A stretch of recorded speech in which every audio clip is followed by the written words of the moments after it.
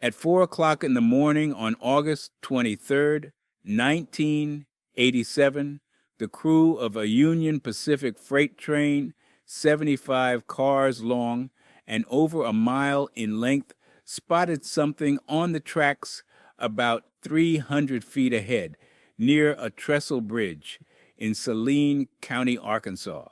Two shapes, human shapes, lying perfectly parallel between the rails, legs across the tracks, arms straight down at their sides. A pale green tarp partially covered them. A .22 rifle lay alongside them. The engineer hit the horn. Nothing. No movement, no reaction. The train could not stop in time.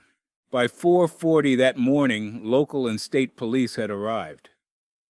Dental records would identify the bodies as Kevin Ives, 17, and Don Henry, 16. Best friends from the town of Bryant, just down the road.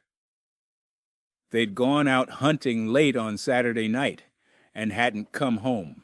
Their families were devastated, but at that point they had no reason to believe the system would fail them. The state would investigate. The medical examiner would determine what happened. Justice would follow. That's how it's supposed to work. In this case, almost none of it did. The Arkansas State Medical Examiner at the time was a man named Dr. Fahmy Malek. Malek concluded that Kevin and Don had smoked the equivalent of 20 marijuana cigarettes, fallen into what he called a deep state of unconsciousness, and simply never heard, saw, or felt a massive freight train bearing down on them while blaring its emergency horn. He ruled the deaths accidental.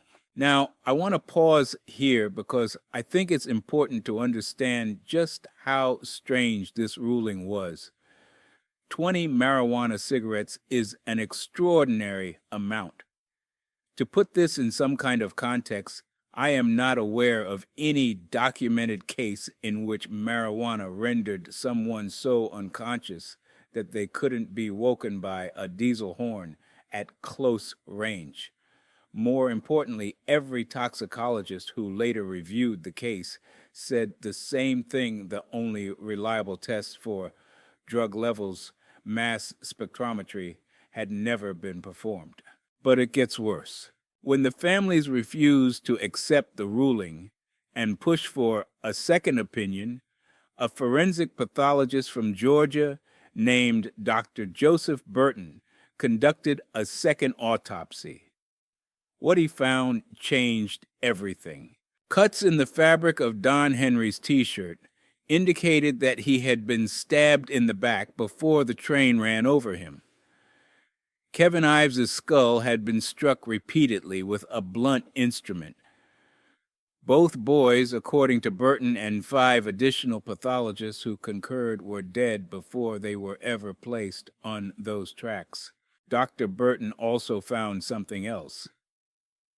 When performing his original autopsy, Dr. Malek had sawed Kevin's skull in multiple directions, making it nearly impossible to determine where the initial fractures had occurred. Whether this was incompetence or something more deliberate is something I'll leave to you, but the result was the same: critical evidence was effectively destroyed. In July 1988, a grand jury reversed Dr. Malek's finding. The deaths were reclassified first as undetermined, then as probable homicides, and ultimately as homicides.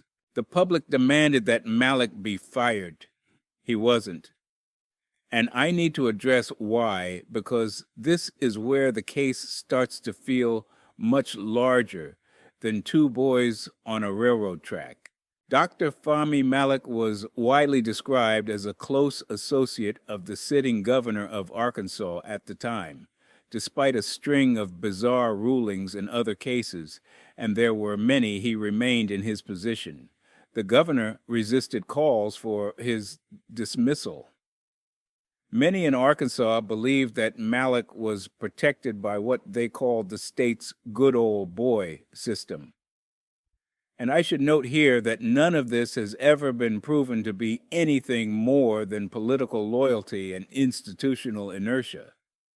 There is no evidence that the governor was personally involved in any cover up, but the perception that the medical examiner who botched this case was politically untouchable did enormous damage to public trust.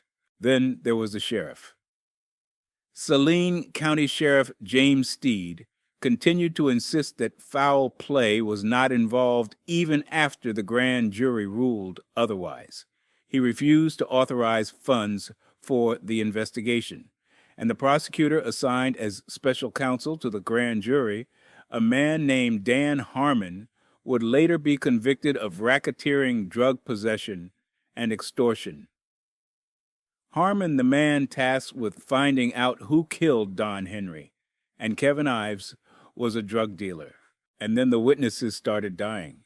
Keith Coney was the first person to come forward. He'd been with Don and Kevin the night they died. According to family and friends, he told people that law enforcement officials were responsible for the murders. In January 1989, before he could testify, before the grand jury, Keith Coney was found dead. The official cause was a motorcycle accident, though circumstances surrounding it remain disputed. Less than 3 weeks later, Gregory Collins, another witness, called to testify before the same grand jury was killed by 3 shotgun blasts. A third witness, Daniel Bearden, disappeared without a trace in March of that year. A fourth, Jeffrey Edward, was found dead in a landfill the following month. Now, I have to be careful here. One witness dying can be a coincidence. 2 is alarming. 4 in the space of a few months, all connected to the same grand jury investigation, is a pattern that I find very difficult to dismiss. But I also have to acknowledge that each of these deaths taken individually has explanations that don't require a conspiracy. Motorcycle accidents happen. People do get shot in rural Arkansas for reasons that have nothing to do with a grand jury. The pattern is what's disturbing, not any single incident. The theory that draws the most serious attention is that Don and Kevin stumbled onto a drug drop that night. A delivery by small aircraft, possibly connected to the broader drug trafficking operations that were allegedly running through Mena Airport in Polk County, Arkansas, during the 1980s. If the boys saw something they shouldn't have, they would have become a liability to people with an enormous amount to lose. That theory has never been proven. But consider what we know for certain: the medical examiner lied or was catastrophically wrong. The sheriff refused to investigate. The prosecutor assigned to the case was himself a criminal, and multiple witnesses died before they could testify. You don't need a conspiracy theory to see that something went deeply wrong here. You just need to look at the system that was supposed to protect 2 16- and 17-year-old boys and ask why at every single step it did the opposite. Linda Ives. Kevin's mother spent decades fighting for answers. She passed away in June 2021 at the age of 71. She never got them. Dan Harmon, the corrupt prosecutor, died in September 2023. No one has ever been charged with the murders of Don Henry and Kevin Ives. There's a small town on the mid-north coast of New South Wales, Australia, called Boraville. About 2,000 people. The kind of place most Australians have never heard of unless they're from the region. Just outside the town center, roughly 2 kilometers down the road, is a single street of red brick houses that the locals call the Mission. This is where Bowraville's Aboriginal community lives. In 1990 and 1991, 3 children disappeared from that street. Same community, same 5-month window. Their remains were found off the same dirt track leading out of town. One suspect has been identified from the very beginning. He has never been convicted. What happened in Bowraville isn't complicated. What makes it devastating is why. Colleen Walker Craig was 16 years old. On September 13, 1990, she attended a party in the Mission. A local white laborer named Jay Hart was seen loitering around the party that night. The following day, Colleen's family reported her missing to the police. What happened next, or rather what didn't happen next, set the pattern for everything that followed. No search parties were formed. No formal action was taken. According to the family, the police didn't take the report seriously. One officer reportedly suggested the girl had probably gone walkabout, a term rooted in a stereotype about Aboriginal people, that in this context amounted to saying, she's Aboriginal, she'll turn up. She didn't. Colleen's body has never been found. Her clothing was later discovered weighted down with rocks in the Nambucca River. Less than 3 weeks later, on October 4th, Colleen's 4-year-old cousin, Evelyn Greenup, disappeared from a house 3 doors up from where Colleen was last seen. Evelyn had been put to bed with her mother. Witnesses reported seeing Jay Hart outside the window of the room where the child was sleeping. One witness heard Evelyn crying in the night, then a loud thump, after which Evelyn stopped. Later that night, Hart was seen rushing out of the house. The next morning, Evelyn was gone. Her mother and her sister went to the police station. The reception, according to the family, was similar to what Colleen's family had received. No urgency, no forensics. 4 months later, on January 31st, 1991, 16-year-old Clinton Speedy DeRue disappeared after attending a party. Jay Hart had been drinking with him that night in a rundown caravan. Clinton's remains were found 2 weeks later in bushland, the same bushland where Evelyn's skeletal remains would later be discovered. 3 children, same street, 5 months. Same suspect connected to all 3 disappearances. And yet what the families got from the police was not a murder investigation.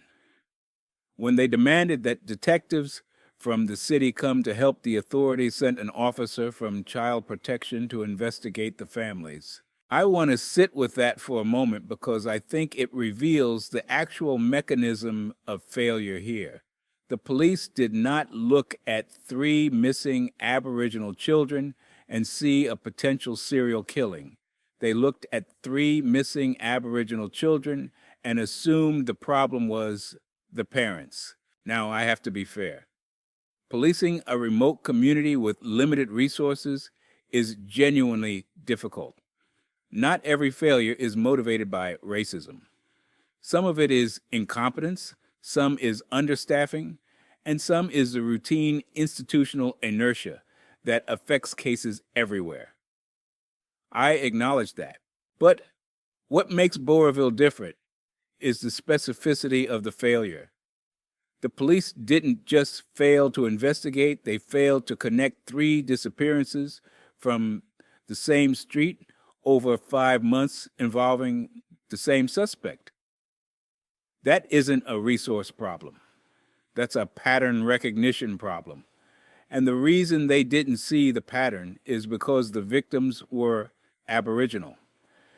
If 3 white children had vanished from a suburban street in Sydney under the same circumstances, I find it very hard to believe the response would have been the same. And I don't think that's a controversial thing to say. It wasn't until 1997, 7 years later, that a homicide detective named Gary Jublin was assigned to the case and a proper investigation actually began. By then, critical forensic evidence from Hart's caravan was long gone. No one had thought to secure it in 1990. Jublin would later describe how long it took him to earn the community's trust.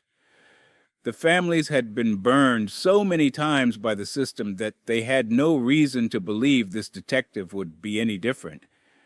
He was by most accounts. But he was also 7 years too late. And here's where the legal dimension becomes important. Jay Hart was tried for Clinton Speedy DeRue's murder in 1994 and acquitted. He was tried again for Evelyn Greenup's murder in 2006 separately because the law would not allow the cases to be heard together and acquitted again. This is a critical point that I think a lot of people miss when they hear about this case. The families and investigators have long argued that the 3 murders are the work of one person. If a jury heard all 3 cases together, the same street, the same time frame, the same suspect, the same method, the picture would be overwhelming. But because of how the legal system works, each case was heard in isolation. A jury considering only Clinton's death sees one set of evidence. A jury considering only Evelyn's sees another. Neither sees the full pattern. After legal reforms in New South Wales changed the double jeopardy laws, partly because of this very case, prosecutors attempted to have Hart retried with all 3 cases presented together. The application went all the way to the High Court of Australia. It failed. The court ruled that the evidence being presented was not sufficiently fresh to justify a retrial. There was potentially important evidence from a truck driver who had seen a man matching Hart's description near what appeared to be a body on a road, likely Clinton's placed there to be run over and disguise the crime. But because this evidence had not been raised during the original proceedings, even though it should have been, it could not now be used as grounds for retrial. That ruling in 2019 effectively closed the last legal avenue the families had. In 2016, the New South Wales Police Commissioner traveled to Bowraville and formally apologized to the families for the failures of the original investigation. The families had said from the beginning that if Colleen's case had been taken seriously, in September 1990, Evelyn and Clinton might still be alive. That apology, however welcome, does not change the outcome. As recently as October 2025, police conducted a new 2-day search for Colleen Walker Craig's remains. 35 years on. Her mother, Muriel Craig, has said she doesn't want to leave this earth without knowing where her daughter is. Jay Hart has since changed his name. He maintains that the accusations have ruined his life. He remains innocent in the eyes of the law. And the law in this case is precisely the problem. Hey everyone, if you're finding this one as unsettling as I am, consider hitting that subscribe button. It helps more than you'd think. All right, let's continue. On the afternoon of October 15th, 1987, a group of armed soldiers surrounded a government building in Ouagadougou, the capital of Burkina Faso. Inside, a meeting of the National Revolutionary Council was underway. When the shooting started, the man at the center of the room reportedly turned to his colleagues and said 7 words. It's me they want. Stay here. He walked out of the building to face the guns. He was shot multiple times. 12 of his aides and advisors were killed alongside him. He was 37 years old. His name was Thomas Sankara, and what happened that afternoon was not a mystery. The man who ordered it was his closest friend. But the question of who was behind his closest friend and why the truth took 35 years to reach even a courtroom is a story that, in my view, reaches far beyond a single country in West Africa.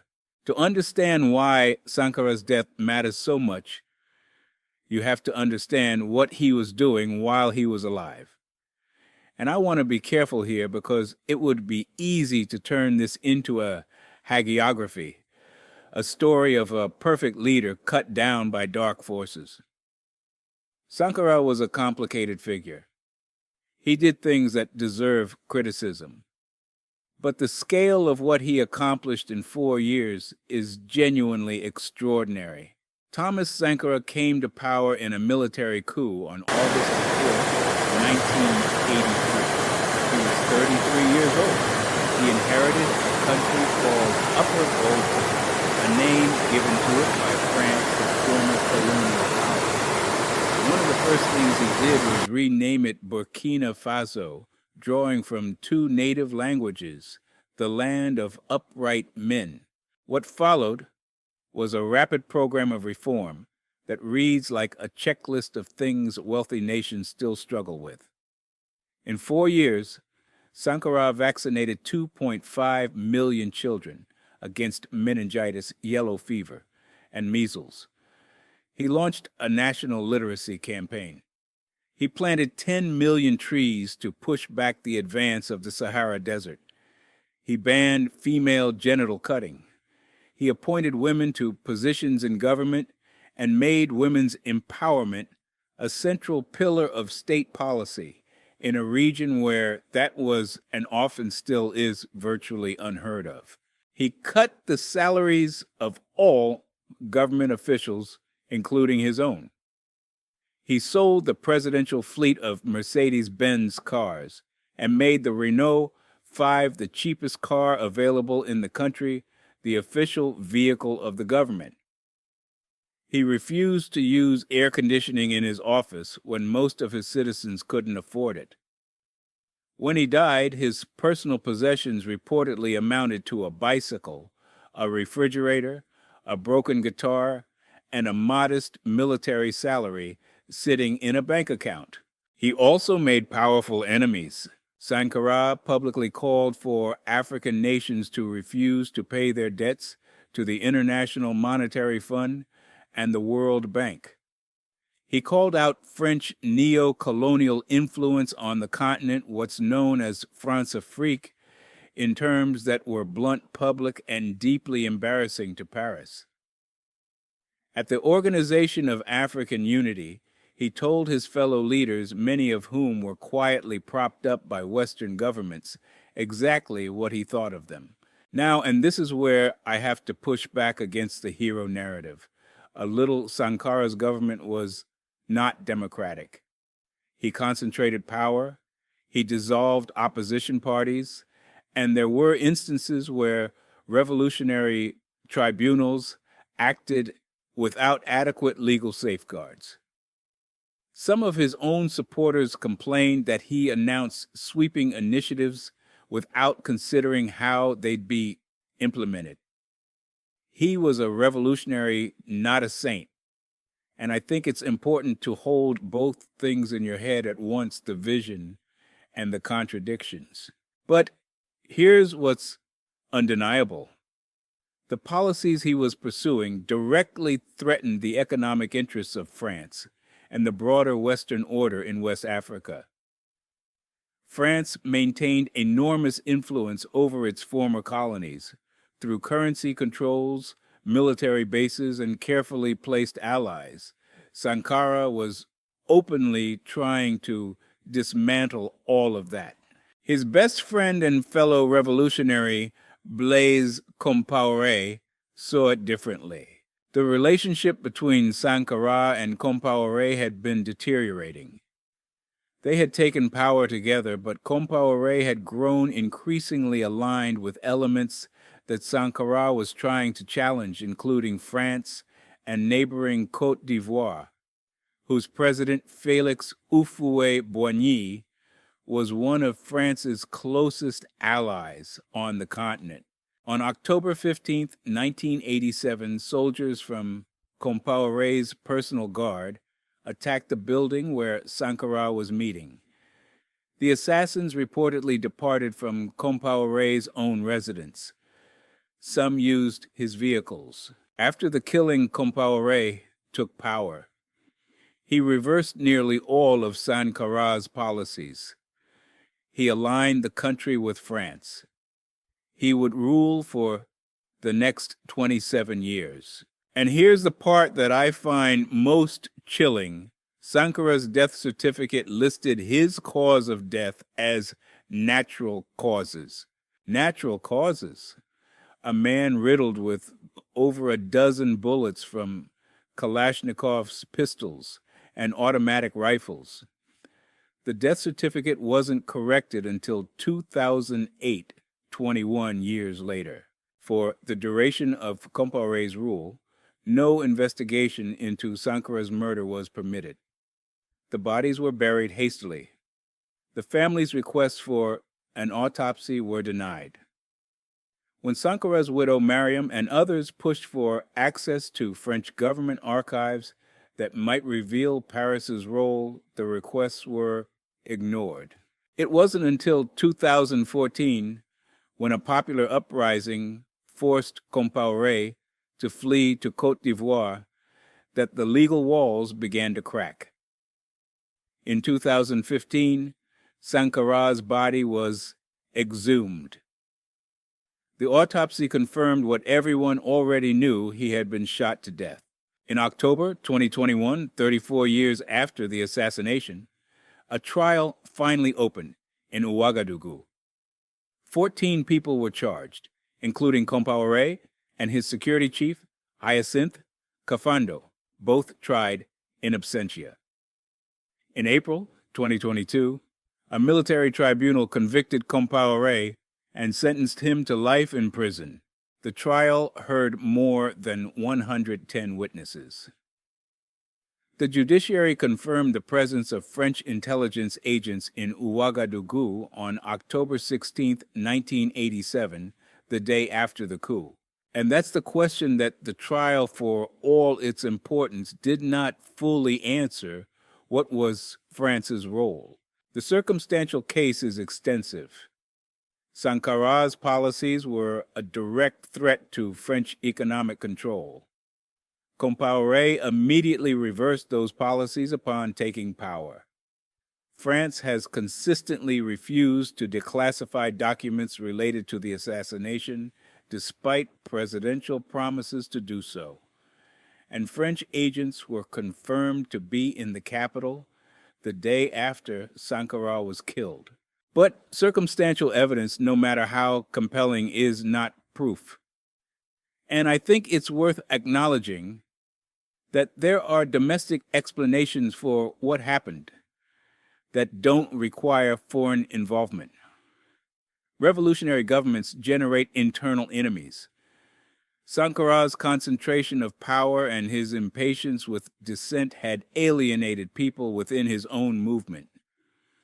Compaoré may have acted purely out of personal ambition, without any foreign puppet master pulling the strings. I don't believe that's the full story.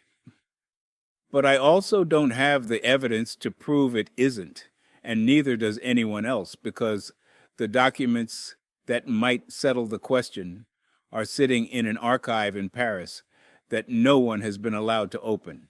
And that really is the thread that connects all three of these cases. It's not the violence. Violence tragically is common. It's the silence afterward. In Arkansas, a medical examiner lied, a prosecutor dealt drugs, witnesses died, and the system looked the other way.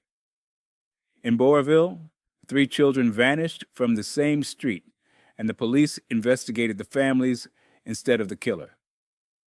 In Burkina Faso, a man was shot a dozen times, and his death certificate said natural causes for 2 decades. In each case, the system didn't just fail, it participated. The people and institutions that were supposed to pursue truth either couldn't, wouldn't, or actively worked to bury it. And the common denominator in all three isn't a criminal mastermind or a shadowy conspiracy. It's something much simpler and much harder to fix. It's the decision made by someone with authority that certain deaths don't matter enough to investigate properly. That certain people, 2 teenagers from a small town, 3 Aboriginal children from a mission settlement, a revolutionary leader from one of the world's poorest countries, are not worth the trouble. That's the real mystery, not who did it, but who decided it wasn't worth finding out. If any of these cases affected you, I'd encourage you to look deeper into them. The families in all 3 cases are still to this day waiting for answers. Links to everything I've referenced are in the description. Thank you for watching.